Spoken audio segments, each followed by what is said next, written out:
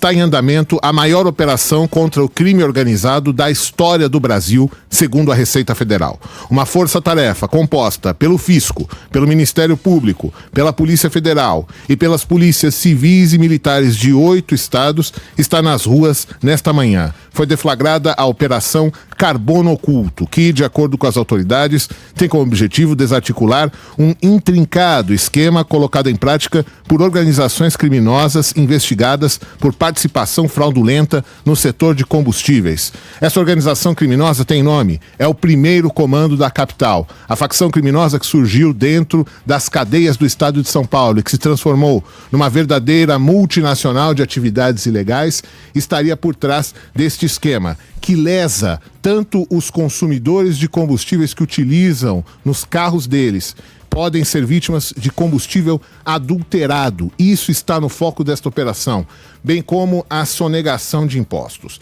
De acordo com as autoridades, um dos principais eixos da fraude investigada passa pela importação irregular de metanol. Essa substância é altamente inflamável e tóxica. Chega ao Brasil pelo porto de Paranaguá e ela não é entregue aos destinatários indicados nas notas fiscais. Em vez disso, esse material é desviado e transportado clandestinamente com documentação fraudulenta e em desacordo com normas de segurança.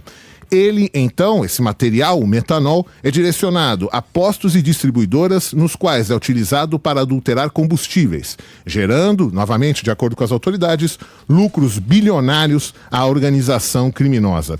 As investigações apontam a existência de mais de 350 alvos entre pessoas físicas e jurídicas, suspeitos das práticas dos crimes contra a ordem econômica, de adulteração de combustíveis, crimes ambientais, lavagem de dinheiro, fraude fiscal e estelionato. Essas irregularidades foram identificadas em diversas etapas do processo de produção e distribuição de combustíveis.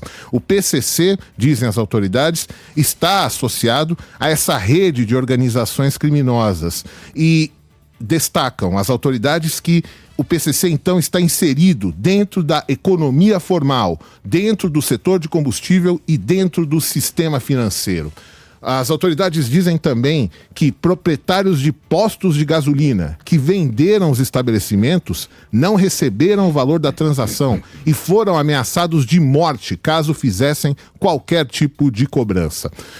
O Ministério Público e a polícia afirmam também que existe uma rede de interpostas pessoas, ou seja, laranjas e empresas fictícias, que ocultam os verdadeiros beneficiários dos valores, especialmente em fundos de investimento e instituições de pagamento. As autoridades afirmam também que grande parcela desses recursos sem lastro financiou a aquisição de usinas sucroalcooleiras e potencializou a atuação do grupo, que então conseguiu absorver distribuidoras, transportadoras e postos de combustíveis. As transações financeiras do grupo passaram por fintechs controladas pelo crime organizado. De acordo com os responsáveis pela investigação, a escolha por uma instituição de pagamento, em vez de bancos tradicionais, visava dificultar o rastreamento dos recursos. Assim, essas fintechs tinham uma contabilidade paralela, permitindo transferências entre empresas e pessoas físicas sem que os beneficiários finais fossem identificados. Além das medidas de natureza criminal, só em São Paulo foi pedido o bloqueio de bens para recuperar tributos sonegados. Esse montante ultrapassa os 7 bilhões de reais. As diligências estão em andamento. Ouvintes da Band News FM reportam a presença de agentes da Polícia Militar e das autoridades correlatas em prédios da região da Avenida Brigadeiro Faria Lima, em São Paulo, na Zona Oeste, o distrito financeiro da cidade. Além disso, há um grande número de alvos também na cidade de Barueri, local que também concentra outro importante distrito financeiro, o de Alphaville. Como a Sheila disse, esta operação está em andamento em 8 estados: São Paulo, Espírito Santo, Goiás, Mato Grosso do Sul, Mato Grosso, Paraná, Rio de Janeiro e Santa Catarina. São muitas as mensagens dos ouvintes, Thiago, só para a gente registrar aqui em relação a essa operação, de gente que está vendo essa movimentação da Polícia Federal ou do Ministério Público. Por exemplo, você citou Barueri, Alphaville, condomínio, por exemplo, ali no Alfa 2. Mas tem ação nesse momento do Ministério Público por lá, dizem os nossos ouvintes que moram por ali. Então tem polícia na saída do condomínio, revistando carros e tal. É parte dessa operação, sim. Santana de Parnaíba, na Conselheiro Saraiva, tem mais de 10 viaturas da Polícia Federal, diz a Vânia, nosso ouvinte. Santo André já falamos? Não. Porque tem ouvinte aqui falando do Parque Oratório Santo André, com viaturas da Polícia Federal também por ali. Muito lugar, hein, gente? E também na Faria Lima, como disse o Thiago Muniz, funcionário de um centro empresarial, está nos avisando aqui que a Polícia Federal fechou a entrada para funcionários desse prédio. E são muitas as empresas que operam nesse mesmo lugar. Então, todos os funcionários das outras, a gente não sabe qual é a empresa-alvo que funciona ali, mas os funcionários de todas as empresas estão do lado de fora, esperando para conseguir entrar e começar a trabalhar. Imagino que fique aquela dúvida, porque o Thiago está trazendo a informação de que é uma mega operação, são muitas empresas, e é possível que haja funcionários que trabalham em dessas empresas, e que sequer sabem que trabalham para o crime organizado. Né? Não, muitas vezes esses prédios são compartilhados por diferentes... Não, exatamente. São empresas que não têm nada a ver. A gente não sabe quais são os alvos, mas fica ali na frente desse prédio que pode ter funcionários, sim, que trabalham em uma empresa e não sabe que essa empresa, que no caso é alvo, faz parte de uma organização criminosa. Mas há muitos outros funcionários de empresas que não são alvo dessa operação da Polícia Federal, que estão ali aguardando para entrar e começar a trabalhar também. Sem dúvida. Entre as cidades que receberam o maior número de mandados relativos a pessoas jurídicas e físicas, como eu disse, estão Barueri, em São Paulo, com 18 alvos localizados, Guarulhos com 13, Ribeirão Preto com 11, todos eles no interior paulista.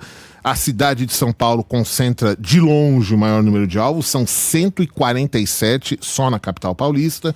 E também há destaque para a cidade de Senador Canedo, em Goiás, com 10 alvos, dos quais estão sendo alvos aí de mandados, sejam elas pessoas físicas ou pessoas jurídicas. A reportagem ainda não dispõe dos nomes das empresas envolvidas, busca essas informações. O Ministério Público de São Paulo deve se pronunciar a respeito do caso em entrevista coletiva marcada para o fim da manhã de hoje. Quem nos acompanha por imagens pode observar o organograma feito pela Receita Federal a respeito destas operações. Para quem apenas nos ouve, a Receita Federal aponta o seguinte: a partir do exterior é realizada a venda de nafta, hidrocarbonetos e diesel, pagos com recursos das formuladoras e das distribuidoras.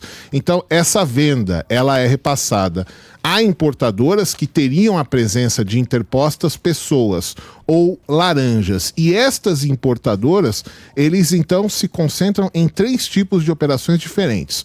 Uma delas, que eu já citei, que é a venda do metanol, esse material que é utilizado para, segundo as autoridades, a adulteração do combustível. Esse metanol deveria ir para um cliente designado, que é uma empresa de química e biodiesel, que faria o uso efetivo deste material corretamente. Só que esse metanol era desviado e acabava em postos de combustíveis, abastecendo as bombas com esse material irregular e, no fim, lesando o consumidor, que abastece o carro com um combustível de pior qualidade, e gerando lucro à organização criminosa. Além disso, essas importadoras repassavam material para as distribuidoras, que fariam, segundo a Receita Federal, sonegação na venda de diesel, e também haveria a sonegação na venda de gasolina tipo A e na venda de gasolina tipo C. Então, concluindo a Receita Federal, ocorria a adição irregular de metanol à gasolina, a venda ao consumidor final, que é lesado, e a sonegação na venda destes combustíveis.